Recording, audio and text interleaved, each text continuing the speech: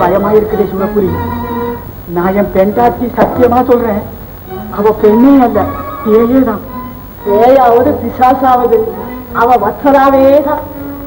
ஓ சூரப்புலி, எனக்கு பதில் நீ மணவரையில இருந்திருந்தா, என் கண்ணை உன் கண்ணில வச்சு பார்த்திருந்தா, என்ன மாதிரி நீயும் கிள்ளு வாங்கி இருந்தா உனக்கு தெரியும். இளவரசே, அதெல்லாம் ஒண்ணும் இல்லை. உங்களுக்கு மனசுல நோய். நோயா? அது என்ன நோய் சூரப்புலி? அதுதானுங்க, இந்த சன்னியாசி துறவி சாமியாருங்க இவங்களுக்கெல்லாம் பெண்ணை பார்த்தா பேயா தெரியும். அதே வியாதிதான் உங்களுக்கும். அதுக்கு ஏதாவது மருந்த சொல்ல? மருந்தெல்லாம் வேண்டியதில்லை. இன்னும் கொஞ்ச நேரத்துல பத்தலா கிட்ட போகணும்னு நினைச்சாலே வயிற்ற கலக்குதே சூரப்புலி. அப்படின்னா ஒண்ணு செய்யுங்க, வத்சலாவுக்கு அபிமன்யு மேல அபார பிரியமா. நான் தான் அபிமன்யுன்னு சொல்லிட்டு உள்ள போங்க, அப்படியே சொக்கிடுவான். சரியான யோஜனை.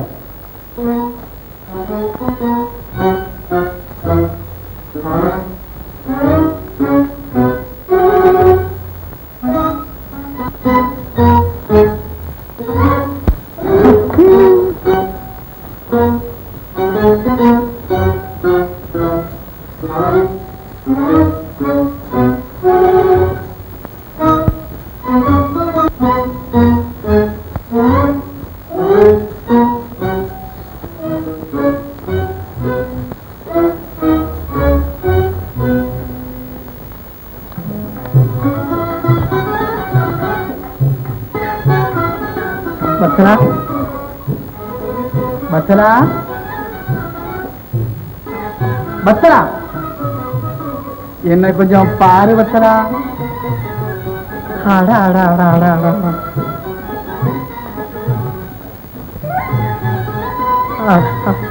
உன்னுடைய உடம்பு அசைறதே ஒரு அழகாத்தான் இருக்கு.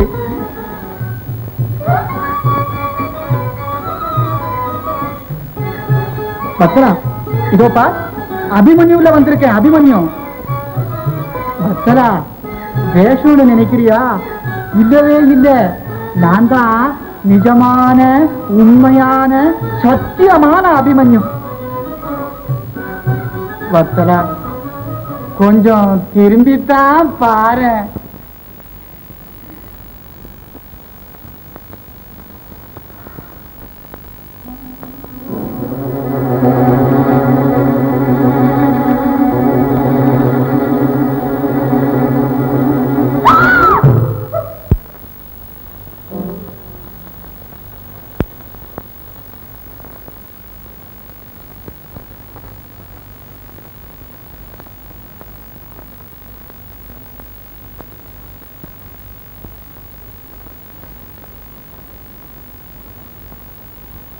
ஆஹா, உன்னை பார்த்தா அதிரசம் போல இருக்கு. வத்சலா, வத்சலா, ஒரே ஒரு ஆலிங்கனம், ஒரே ஒரு தடவை. அப்புறம் பக்கவே மாட்டேன். பக்கமா இருக்கு சுவாமி. கண்ணை இருக்க முடிக்கிட்டா வெக்கமே இருக்காதான். வத்சலா, வாத்தியாரி சொல்லி இருக்கிறாரு. அப்படின்னா அந்த பக்கமா திரும்பி. சரி, திரும்பிட்டேன். கண்ணையும் முடிக்குங்க. மூடிட்டேன். கண்ணு திறக்கவே கூடாது. சரி.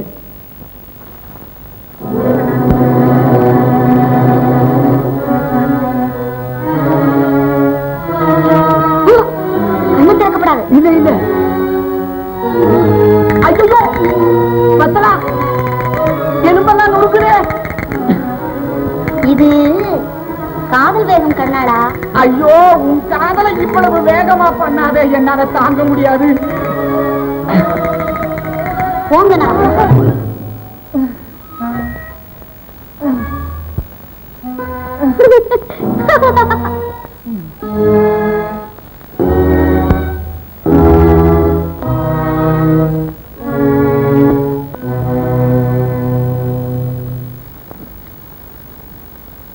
வத்சலா, அதுக்குள்ள கோவிச்சிட்டிய, வந்து பக்கத்துல உட்காரு. வா. வேண்டாம் வேண்டாம், பக்கத்தில் வந்து உட்கார்ந்தா எலும்பு நொறுங்குது, பல்லு உடையுதுன்னு ஏதாவது சொல்லுவீர்கள்? சொல்லவே மாட்டேன். வாணா. சொல்லவே மாட்டீர்களே. பத்தலா, இந்த காதலினால என் எலும்பு இல்ல, என் பல்லு இல்ல, என் உடம்பே நொறுங்கி போனாலும் சரி, ஒன்னும் சொல்லவே மாட்டேன். சரி, கண்ணு முடிங்க. கண்ணு முடிக்கிறதா? ஐயோ, நான் மாட்டேன். அப்படின்னா நான் பக்கத்துல வந்து உட்கார மாட்டேன். சரி, முடிக்கிறேன்.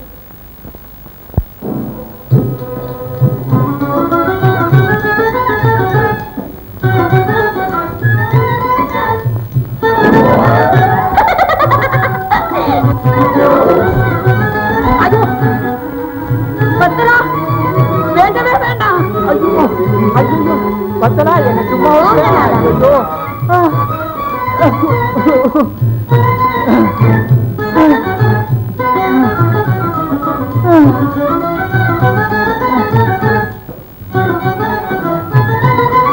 பத்தலா, இந்த எலும்பு நொறுங்குற காதலை விட்டுட்டு வேற ஏதாவது விளையாடலாம். விளையாடலாமா? சரி.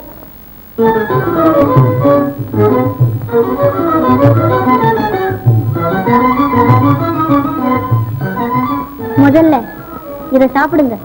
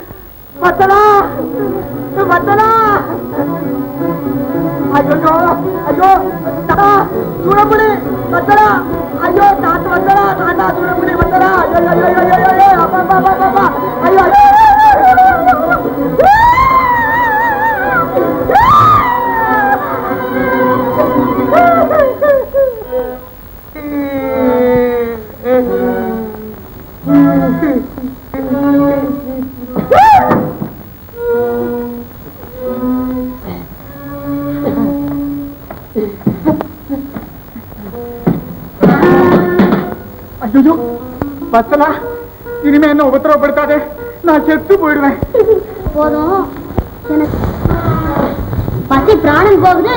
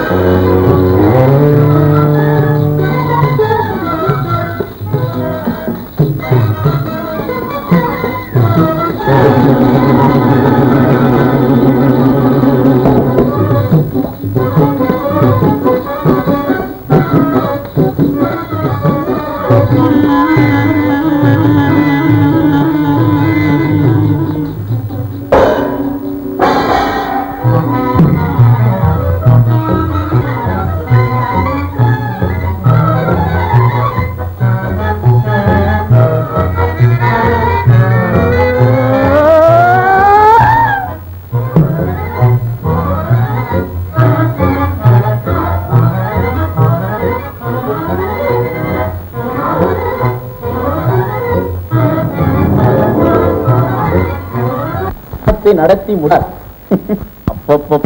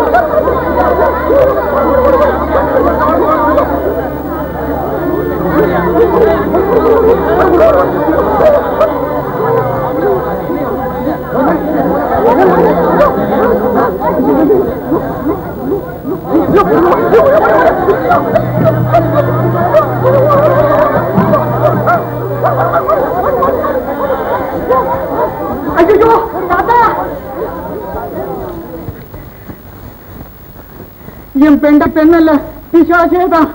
ஐயோ தாத்தா, வந்து விட்டதே போதும். நிறுத்து. பலமா, சாம்ராஜ்ய யுவராஜனுக்கு பிடித்த ஒரு பைத்தியத்தை மனமுடித்து விட்டாயே, என்ன துரோகம்! நிறுத்தும் பேச்சு. பயங்கரமான மோசடி செய்துவிட்டு பழியை என் மீதா போடுகிறேன். யார் யாரை மோசம் செய்தது? பலராமரை நிதானித்து பேசும். பெண்ணிடம் வீரங்காட்டிய பெரிய மனிதா, பேச்சு வளர்ந்தால் கழுத்தை திருகி விடுவீரோ?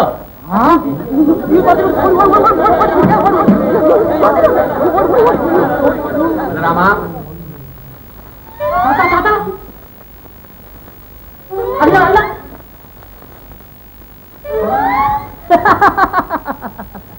ஆடைகள் ஆகாயத்தில் பறக்கின்றன, அவமானம் தாங்க முடியவில்லையே என்று ஆத்திரப்படுகிறீர்களா மாமா? அதிசயக்குறிகள் கூடத்தான் காணப்படுகிறது.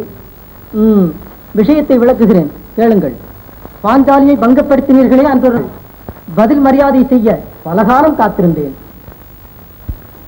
சமயம் இப்போது சரியாக வாய்த்தது. பழி தீர்க்கும் படலத்தை பக்குவமாக முடித்துக் கொண்டேன். பழி தீர்த்துக் கொண்டாய். ஆனால் வத்சலாவின் வாழ்வு ஒரு பைத்தியக்காரனுக்கு பலியாகி விட்டதே கண்ணா. அதுதான் இல்லை, வத்சலாவின் வாழ்வு வளமாகத்தான் இருக்கிறது. பாருங்கள்.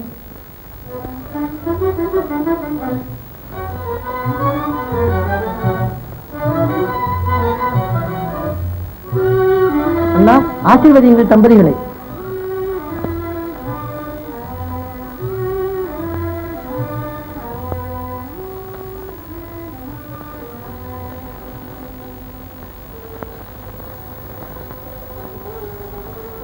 மாப்பிள்ளை மதிகலங்குகிறார், மணப்பெண்கள் இருவரை கண்டு.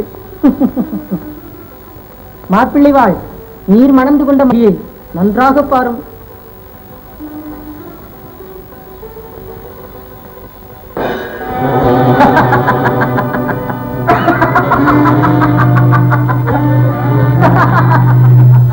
பரஸ்ரீலோலனே, பல்லை காட்டாதே. பாண்டவருக்கு சகாயம் செய்து விட்டது அல்லவா பரவசம் அடைகிறாய். பாரிதன் முடிவை.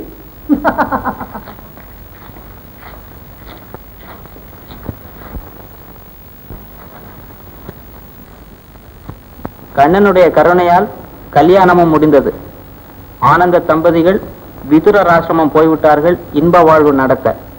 இதற்கில் பாண்டவர் அஜ்ஞாதவாசம் முடிவடையவே அவர்கள் சார்பாக 5 வீடுகளாவது அவர்களுக்கு தர வேண்டும் என்று கௌரவரிடம் தூது வந்தான் பரந்தாமன். எப்போதும் போல் சகுனி குறுக்கிட்டான். முதல் நாளே சமரச பேச்சு முறிந்து விட்டது. மறுதினமும் வருவதாக சொல்லிவிட்டு சபையிலே வில்லொடித்த விதரருடன் ஆசிரமம் நோக்கி மாயாவதாரன் இளந்தம்பதிகளை பார்க்க. கண்ணா, ஆணவக்காரன் சபையில் நடந்தது எல்லாம் அங்கேயே மறந்துவிட்டேன் சுவாமி. துவாரகையில் திருமண கோலத்தில் கண்ட ஆசி தம்பதிகளை திரும்பவும் காண வேண்டும் என்ற ஒரு துடிப்புத்தான் என் மனதில்.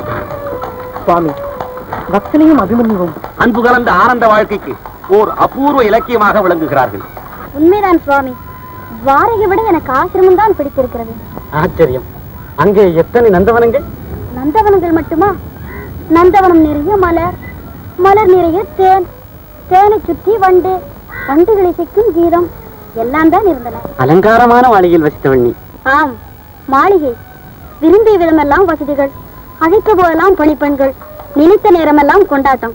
அப்படி இருந்தும் ஆசிரமமே உனக்கு ஆனந்தத்தை தருகிறது. நிச்சயமாக எல்லாம் இருந்தது. என் சுவாமி இல்லை.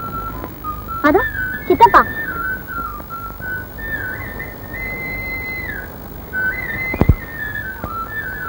அண்ணா, பார்த்தீர்களா?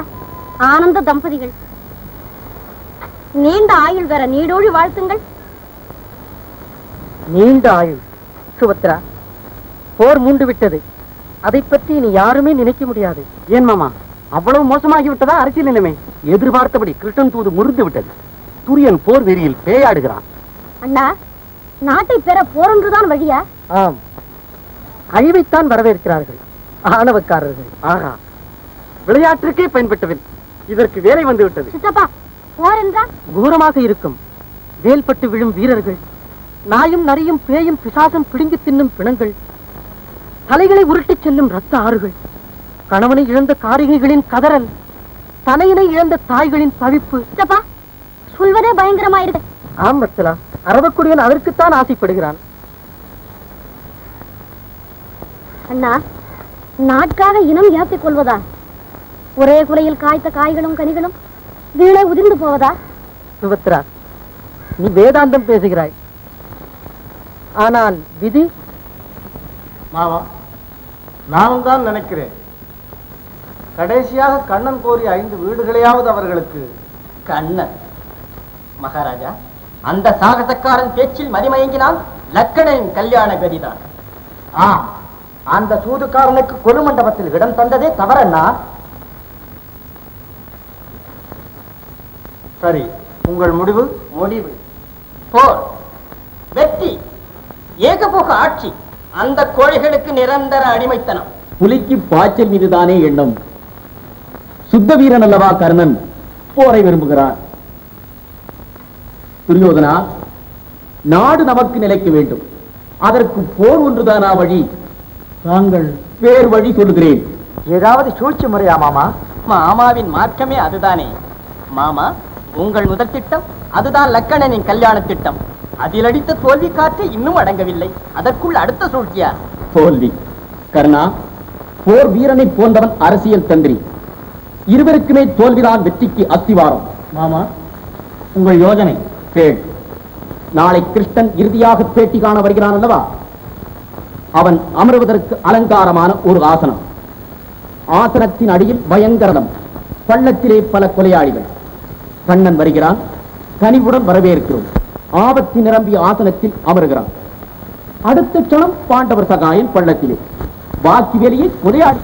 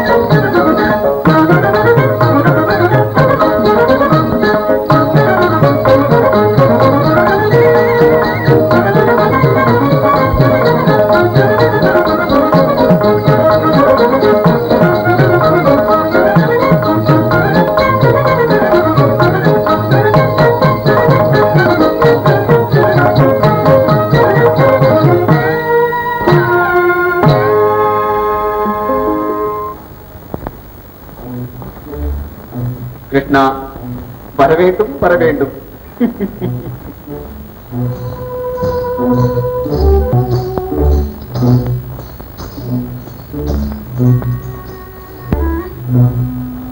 வருகைக்காக காத்திருக்கிறோம். என்னை எவ்வளவு எதிர்பார்க்கிறீர்கள் என்பது உங்கள் முகங்களில் தெரிகிறது.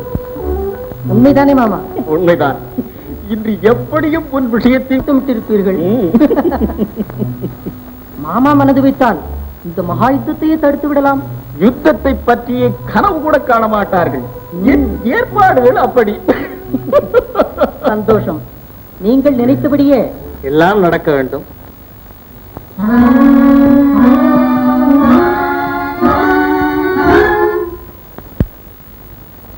அலங்காரமான ஆசனம்.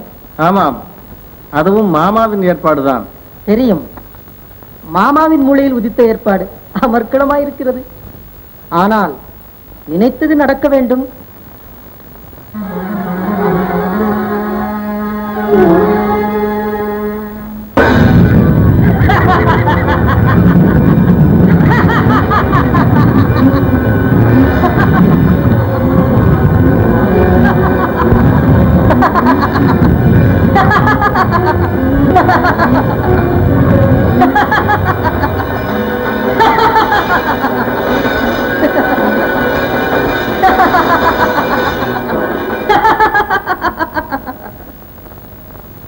ஏமாளிகளே, ஏமாற்றியதாக எண்ண வேண்டாம்.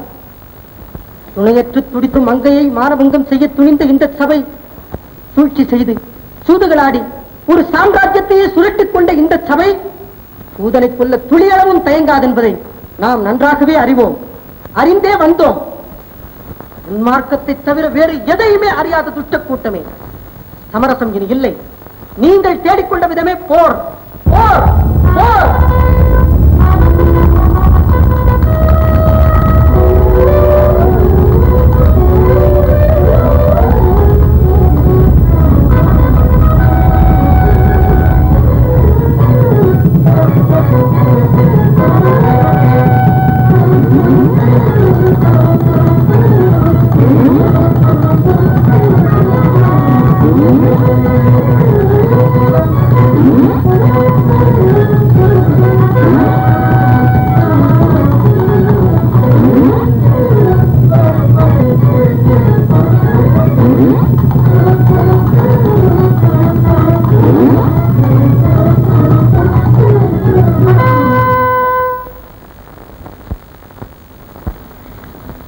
பன்னிரண்டு நாட்களாக போர் நடக்கிறது. கௌரவர் பக்கம் ஒரு வெற்றி கூட இல்லை. அதை பற்றி ஆச்சாரியார் துரோணருக்கு அக்கறையும் இல்லை. அது எப்படி இருக்கும்? பாலுக்கு பூனையை பாதுகாப்பு வைப்பது போல் படைக்கு துரோணரை தளபதியாக்கி பின்பு நமக்கு எப்படி வெற்றி கிடைக்கும்? ஹஸ்தினாபுரியின் சேனை தலைவர், அகிலம் புகழும் வில்வீரர், பாண்டவருக்கும் கௌரவருக்கும் ஆசான் சிஷியர்களின் தாக்குதலால் சிதறுண்டு விட்டார் என்றார்.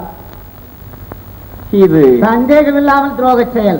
ஆச்சாரியாருக்கு அபிமானம் அங்கே இருந்தால் பகிரங்கமாக பாண்டவர்கள் பக்கம் ஓடிவிடலாமே. சரியாக சொன்னாய் ஜெயத்ரதா. துரோகிகளுக்கு இனி இங்கு துளி கூட இடமில்லை. தளபதி இதற்கெல்லாம் தரும் பதில் துரியோதனா, என்னை துரோகி என்று கூறிய இத்தனை வீரர்களும் என்னோடு சேர்ந்து போரிட்டவர்கள் தானே. ஒன்று கேட்கிறேன், இவர்கள் சாதித்ததென்ன? இவர்கள் காட்டிய வெற்றிகள் எத்தனை? பகைவர்களை கொண்டு குவிக்க இவர்கள் பிரயோகித்த பானங்களை நான் தடுத்தேனா? இல்லை வெற்றி கிட்டிய நேரத்தில் வேண்டாம் என்று கூறினேனா? இப்பொழுதுதான் என்ன, என்னுடைய சேனாதிபதி பதவியை எவரேனும் ஏற்றுக்கொள்ளட்டும். இதோ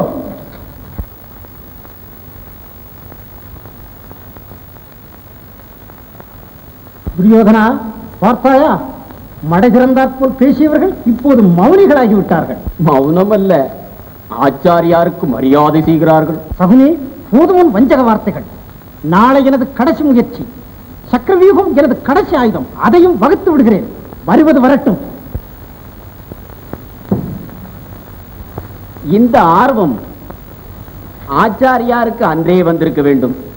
மாமா, துரோணரை ரொம்பவும் வாட்டி விட்டீர்கள். பிறகு காரியமாவது எப்படி?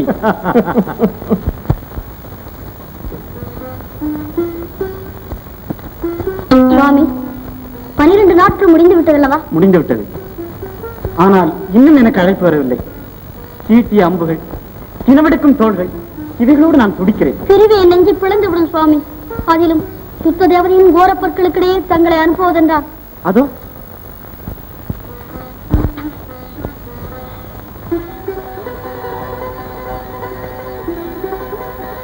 வத்சலா, வந்துவிட்டது அழைப்பு.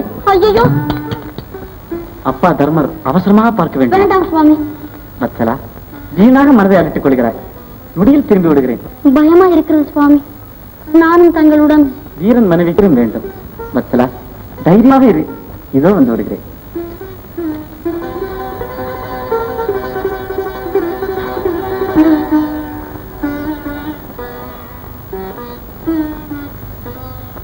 உன்னை ஆபத்திற்கு ஆளாக்க நான் விரும்பவில்லை அபிமன்யு. அர்ஜுனன் மகன் ஆபத்தை மறந்து வெகு நாட்கள் ஆயிற்று. ஆபத்தை மறக்கலாம், ஆசை காதலியையும் அருமை தாயையும் மறக்க முடியுமா? இது சுயநல பேச்சு. அப்பா, என் ஒருவனுக்கு மட்டுமல்ல, நம்மை அரியாசனமேற்ற செத்து மறிகிறார்களே வீரர்கள், அத்தனை பேர்களுக்கு உண்டு அருமை தாய்களும் ஆசை காதலிகளும். அவர்கள் புறம்பலாம், துடிக்கலாம், அலறி சாகலாம். நமக்கு மட்டும் பாதுகாப்பு, பச்சாதாபம், எச்சரிக்கை. சாபாஷ், அர்ஜுனனை போலவே கர்ஜனை செய்கிறார். நியாயம். ஆனால் சக்கரவியூகத்தை நொறுக்க உன் தந்தை ஒருவனால் தான் முடியும். அப்போது என் தந்தை ஒருவரை நம்பித்தான் இந்த போரை ஆரம்பித்தீர்களா? இல்லை, என் தந்தை ஒருவரை தவிர இங்கு யாருக்குமே வீரமில்லை என்று நினைத்தீர்களா? அபிமன்யு, ஆத்திரப்படாதே. பாண்டவர் பக்கத்தில் பார்த்திபன் ஒருவன் தான் வீரன் என்றால் ஆத்திரம் ஏன் வராது? அப்பா, நீங்கள் பீமர், நகுலர், சகாதேவர் ஆகியோர் இருந்தும் வெற்றிக்கு அர்ஜுனன் தான் ஒரே நம்பி என்றார். அந்த அர்ஜுனன் மைந்தராக இருக்கவே நான் வெட்கம் அடைகிறேன். என்னுடைய வீரத்திலே, என் உடம்பிலிருந்து வழிந்தோடும் ரத்த பெருக்கிலே, என் சொந்த ஆண்மையிலே நான் வாழ விரும்புகிறேன். அப்பா, குரு வம்சத்தை கருவறுக்க, மாதா திரௌபதிக்கு நேர்ந்த மானபங்கத்தை துடைக்க மற்றெந்த பாண்டவர்களையும் போல் எனக்கு உரிமை உண்டு. அந்த உரிமையின் பெயரால் கேட்கிறேன். அனுப்புங்கள் என்னை போருக்கு. ஆஹா, வீரன் மகன் வீரன். அபிமன்யு, நீ சிறுவனாயிற்றே என்று யோசிக்கிறேன். சிறுவன் அரக்கரை அடித்து கௌசிகன் வேள்வி காத்த ராமனும் ஒரு சிறுவன் தானே. அந்த சிறுவன் தோன்றி இந்த பாரத நாட்டிலே தான் நானும் தோன்றி இருக்கிறேன். அண்ணா, கேட்டீர்களா இந்த சிங்கக்கு கர்ஜனையை? நாளை போருக்கு அபிமன்யுவே சேனாதிபதி. அபிமன்யு வேண்டுகிறான், நீங்கள் விரும்புகிறீர்கள். உங்கள் இஷ்டம்.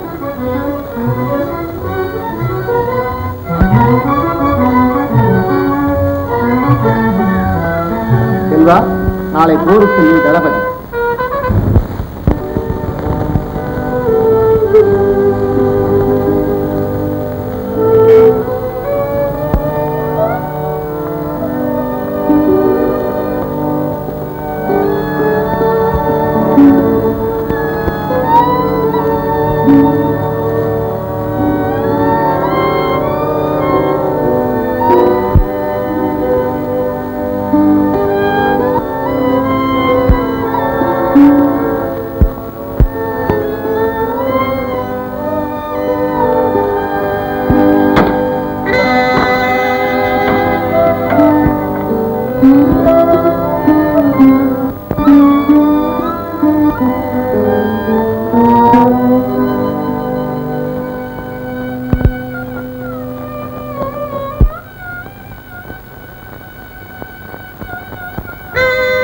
மகத்தான அதிர்ஷ்டம் வந்திருக்கிறது உனக்கு.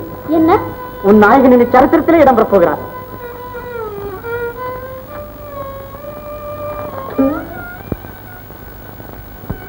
விஜயனுக்கு குரு துரோணர்.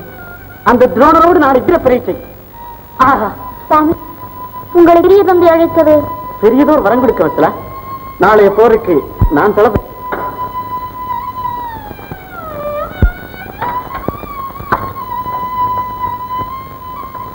காற்றை பிளந்து போகும்போது இந்த கணைகள் ஒவ்வொன்றும் கர்ச்சிக்கும் என் வீரத்தை. ஆஹா, நாளை எத்தனை தலைகள் வரணும். போரை பற்றி பேசாதீர்கள், நெஞ்சு நடுங்குகிறது. போரை பற்றி ஏன் நினைக்கிறாய்? போருக்கு பின்வரும் புகழை பற்றி நினை. வாகை சூடிய வெற்றி வீரனாக உன் மனவாளம் நாளை திரும்ப போவது நினை. வாழ்க அபிமன்யு, வாழ்க பிராவின் வீர புருஷன் என்று கேட்கப் போகும் ஜெயகோஷங்கள் நினை. வத்சலா, உன்னை போல் பாக்கியவதி உலகில் யாரும் இல்லை என்பதை உணர்வாய். கலங்காதே, வா.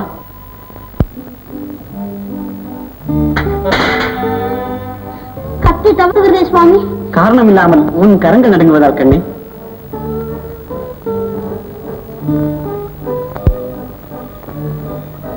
இடுக்கும் துடிக்கிறது. விரல் பட்டதனால் வத்சலா.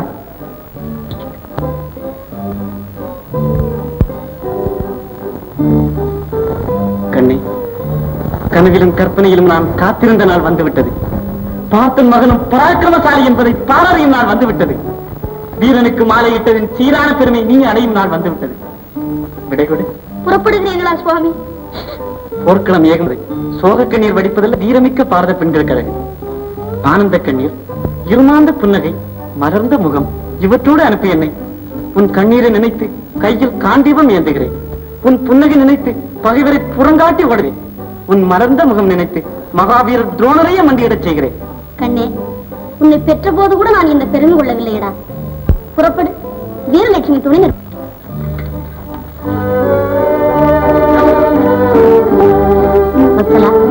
அன்பு மொழியும் அனுப்பி வை அவனை. களத்திலே அவன் வீரம் கதிர்விட்டறிய உன் அன்பே தூண்டுகோலாயிருக்கட்டும்.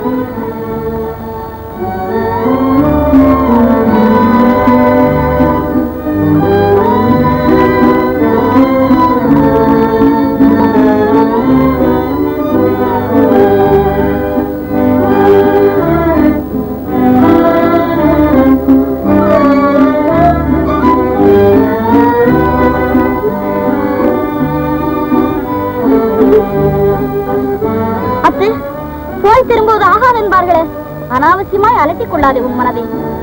அம்மா, மத்சலாவுக்கு குழந்தை உள்ளம், குமுறுவாள், கவனித்துக் கொள். அந்த கவலை உனக்கு வேண்டாம் கண்ணே. சுவாமி,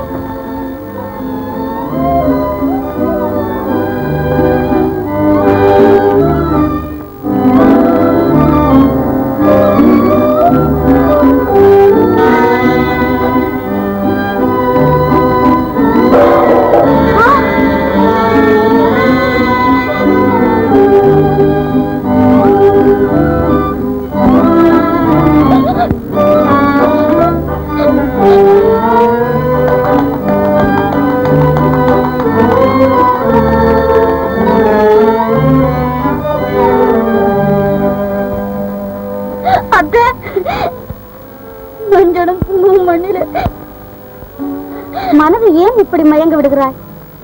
வத்சலா, இன்று உன் பதி பார்ப்புகளும் வீரம் புரிய போகிறான் யுத்தத்தில். வா.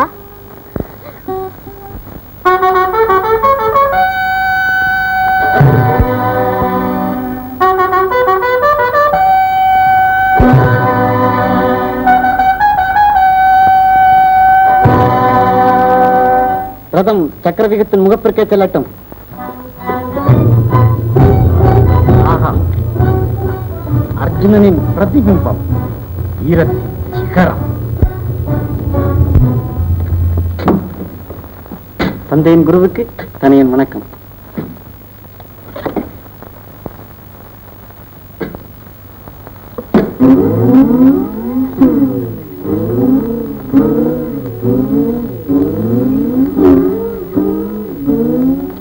அர்ஜுனன் மகன் அமரனாக வாழட்டும். குருசுவாமி, ஆரம்பிக்கலாமா? ஆசை சிறுவனே, காண்டீவன் கண்மணியே, வேண்டாம்.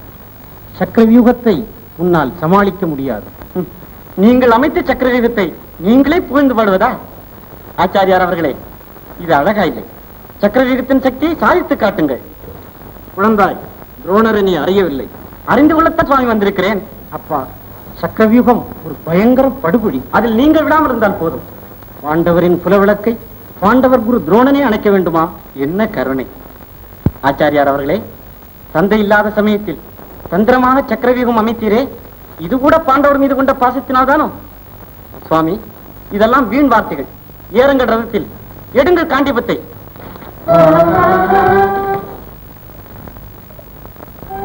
மானம் கேட்கும்.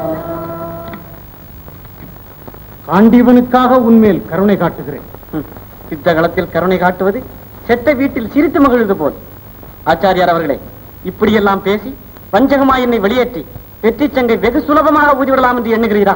இல்லை, நான் வெற்றி சங்கு ஊதும் போது அதில் உன் மரண கீதமும் கலக்க வேண்டுமா என்பதுதான் என் கவலை. கௌரவரின் தளபதிக்கு இது வேண்டாத கவலை. அபிமன்யு, முடிவாக கேட்கிறேன், உன் சிரத்தை என் பானத்துக்கு பலியிடத்தான் தீர்மானித்து விட்டாயா? உங்கள் சிரத்தை என் வில்லுக்கு அர்ப்பணித்து குருவை கொண்ட பெரும் பலிக்கு என்னை ஆளாக்க நீங்கள் துணிந்தவன், நான் என்ன செய்யட்டும்? எடுங்கள் வில்லை.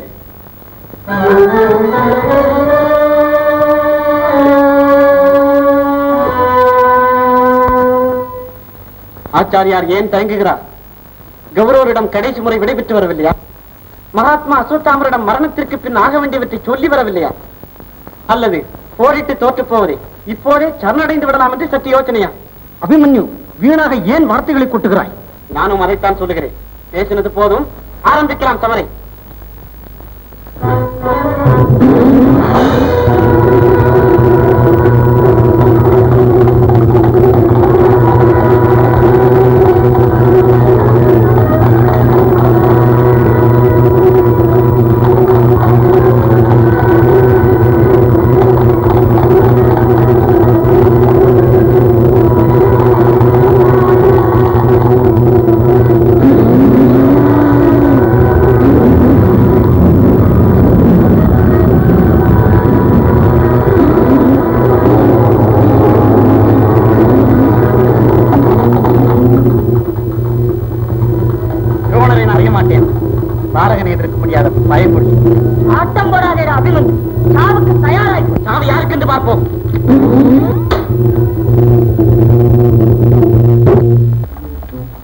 துச்சாதன மகாராஜாவும் தோற்று விட்டார்.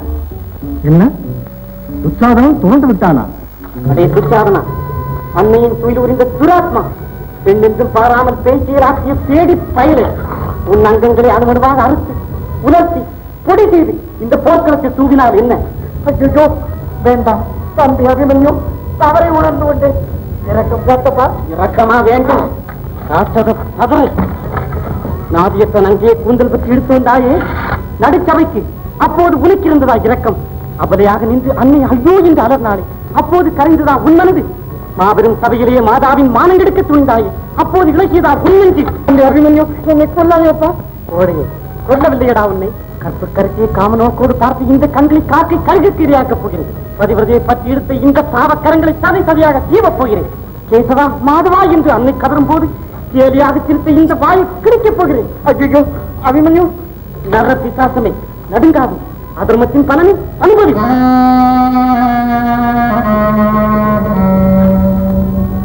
அயோக்கிய பதரை, ஆயுள் இன்னும் கொஞ்சம் இருக்கிறது உனக்கு. உன் உதிரத்தை உறிஞ்ச வேண்டியது தந்தை பீமன் என்பதை மறந்துவிட்டேன். அவர் சபதத்திற்கு பலியாக வேண்டியது உன் சண்டார சடலம். அதற்கு தயாராகிக்கொள். ஓடு அபிமன்யு. அத்தை, என் சுவாமிக்கு ஒரு ஆபத்தும் நேராது கண்ணே.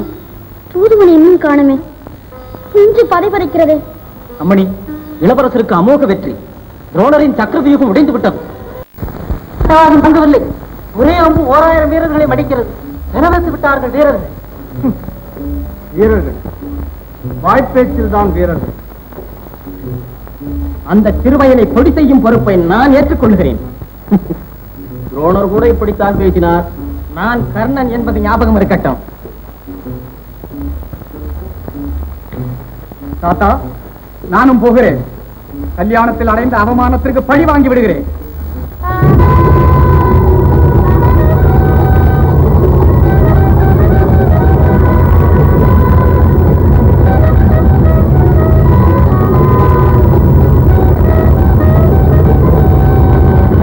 காண்டிவன் மகனுக்கு சரியான எதிரி. அங்கதேசாதிபதி அவர்களே, தாங்களும் வந்து விட்டீர்களா? அடியனுக்கு அது ஒரு பெருமை. அடே மழலை குழந்தாய், அற்ப வெற்றியில் அகம்பாவம் கொண்டு விட்டாய். இதுவரை உன் அம்புகளால் அடிபட்டவர்கள் அத்தினாபுரத்தின் சாதாரண வீரர்கள். உங்கள் தளபதி துரோணர் கூட அப்படித்தானோ? துரோணர் ரோஷியை பற்றி பேச வேண்டாம். யாரை பற்றியும் பேச வேண்டாம். நம் காண்டிவங்கள் பேசட்டும். எடுங்கள் வில்லை.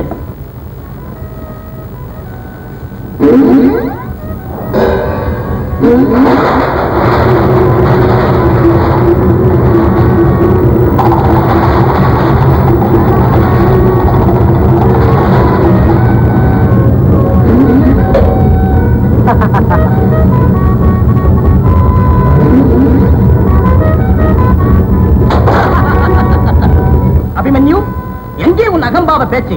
கிரமராஜா, அதற்குள் சொல்ல வேண்டாம்.